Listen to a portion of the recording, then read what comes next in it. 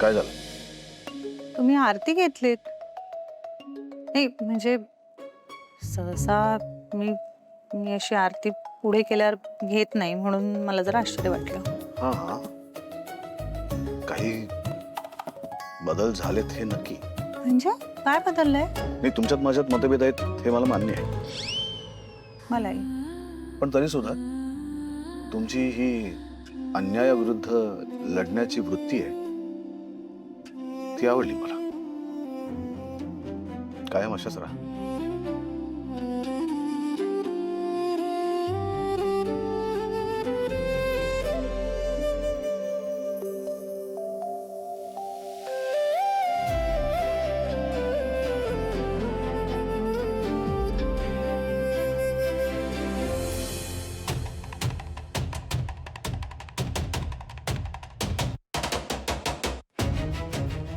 स्वानंदीनं limit cross केली आहे मग डोक्यात जातीये माझ्या. माझी सटकली ना तर अंशू, कूल डाऊन. अरे इथे अख्खा स्टाफ तुझ्या विरोधात आहे. जरा जरी कोणी ऐकलं ना आणि स्वानंदीला जाऊन सांगितलं ना तर वाट लागली समज. आधीच तुझे प्रॉब्लेम कमी नाहीयेत. जरा डोकं थंड ठेव, शांत राहा. जा जाऊन काम कर जा.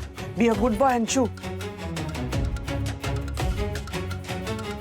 तू जाऊन लक्ष ठेव त्याच्यावर. परत काहीतरी गोंधळ घाले.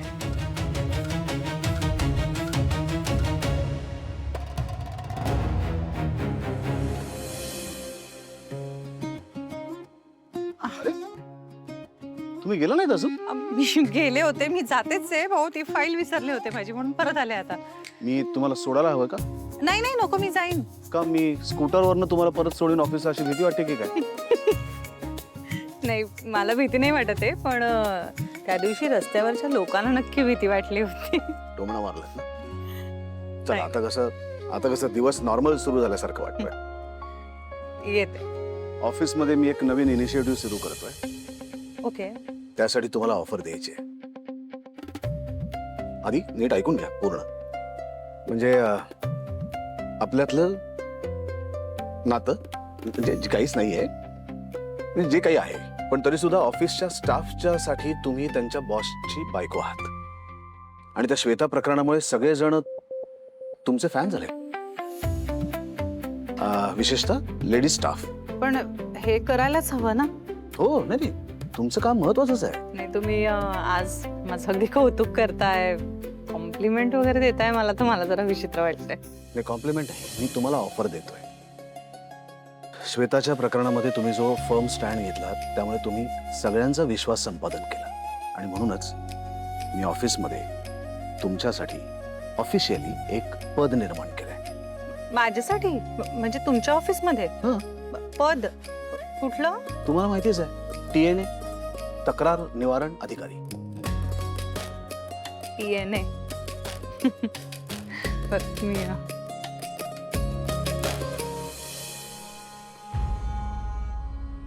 अंशू, तू आहे ना खाली मान घालून राहण्यातच शहाणपणा आहे. आता तू पण मला शिकवणार का? एकच सांगतो ताई, मी माझ्या घरात मान खाली घालणार नाही आणि शांत पण बसणार नाही. तिच्याकडे बघितलं तरी ना डोक्यात तिडीक जाते माझ्या. शू करू नकोस, मदत कर माझी.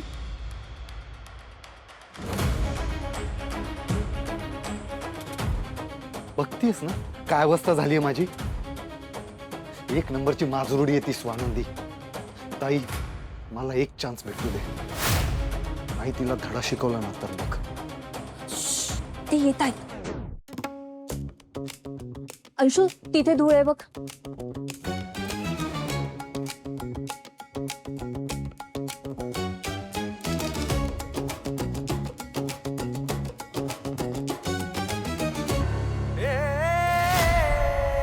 म्हणजे तुमचा माझ्यावर विश्वास बसलाय. आता बसलाय ना? ओ थँक्यू. हा, म्हणजे या बाबतीत तरी बसलाय. वा, हे क्लिअर केलात ना, हे बरं केलं. हा, म्हणजे उगाच गैरसमज नकोत ना. हो नकोच. अहो एकच बोलतोय आपण. नाही नाही एकच नाही बोलत होत आपण. म्हणजे तुम्हाला वाटतंय की माझा गैरसमज झालाय म्हणून तुम्ही सांगताय, आणि माझा गैरसमज झाला नाहीये हे मी तुम्हाला सांगते. चल आता कसं सगळं नॉर्मल वाटतंय. म्हणजे आता तुम्ही भांडायला सुरुवात केलीत नेहमीसारखी, पण सुरुवात तुम्ही केलीत नेहमीसारखी. आणि आता तुम्ही थांबतही नाही यात नेहमीसारखे. का थांबू? आता तुम्ही सुरुवात केली तर शेवट तर करायला हवा ना. नेहमीसारखा. नाही, यावेळी शेवट भांडणात होऊ नये अशी इच्छा आहे माझी. ते चुकीची इच्छा आहे, कारण आपल्या भांडणाचं शेवट कधीच होत नाही, ते वाढतच जात. ओके. एक मिनिट. हॅलो. हा, कुठे आहात तुम्ही? एक मिनिट. अहो पण ऍपवर फक्त 1 मिनिट दाखवत आहे. बरं ठीक आहे, या तुम्ही, थांबते मी. कॅन्सल नका करू. हा, हे बघा, मी तुम्हाला अजूनही सोडू शकतो. नाही नको. मग ती सवय लागेल आणि मग उगाच त्याच्यातनं गैरसमज झाले तर. हेच म्हणायचं मला. तुम्हाला ना भांडायला आवडतं म्हणून मुद्दाम करता तुम्ही हे सगळं. ॲज इफ तुम्हाला नाही आवडत. ओके. ओके, चला. चला.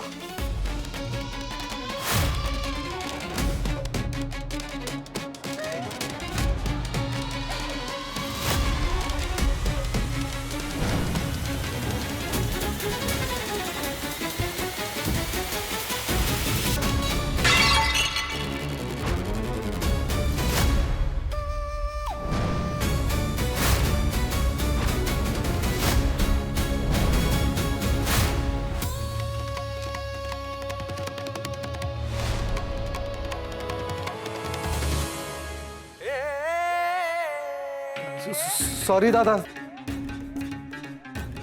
ते चुकून धक्का लागला, सवय नाही ना मला.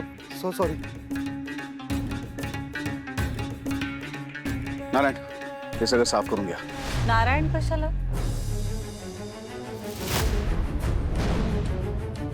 आपलं ठरलंय ना, सगळं अंशूच करेल.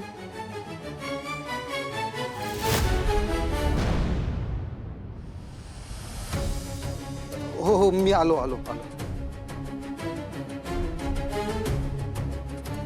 सॉरी, खरंच आता त्याचा चुकून धक्का लागला. सॉरी स्वानंदी. म्हणजे त्याने मुद्दाम नसेलच केलं, पण आपल्या अंशूला सवय नाहीये ना ह्या सगळ्या गोष्टीची. बघ ना, अरे त्याची हालत काय झाली आहे.